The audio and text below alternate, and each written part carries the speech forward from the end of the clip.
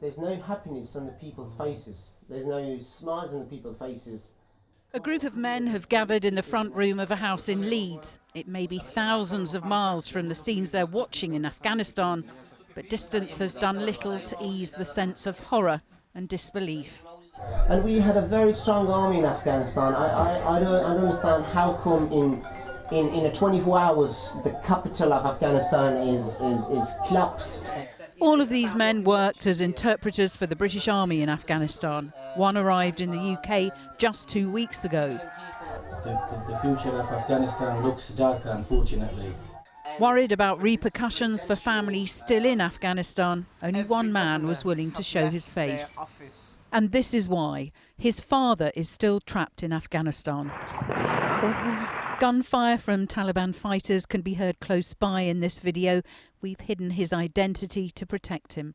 Like his son, he also worked for the British Army, but because he wasn't an interpreter, he was told he wasn't eligible for relocation.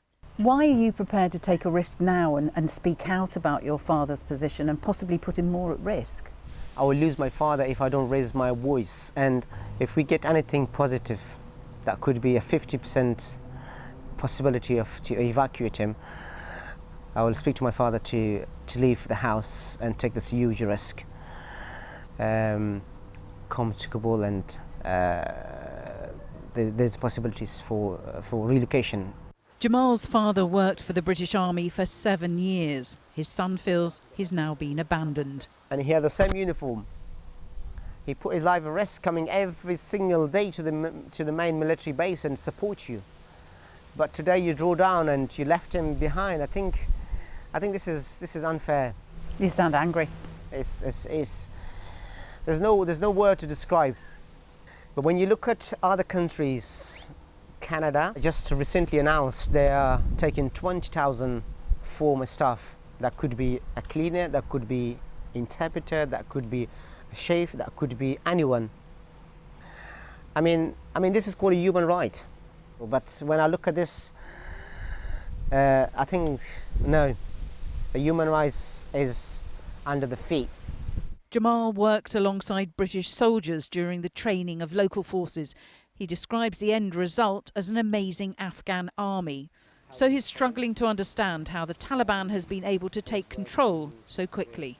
I never ever thought that the Taliban have that much fighters and they will completely take Kabul or other provinces, because Taliban only had a motorbike and with a very old weapons. But today we see them, they got the strongest, the biggest weapons, and they seems to they're more powerful now.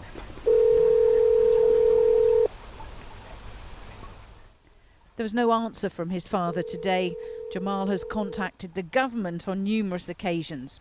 He doesn't know what more he can do.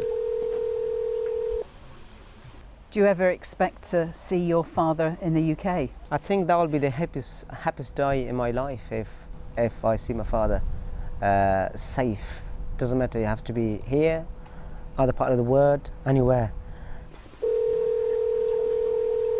A government spokesperson said they couldn't comment on individual cases, but added the relocation scheme had been significantly expanded and accelerated.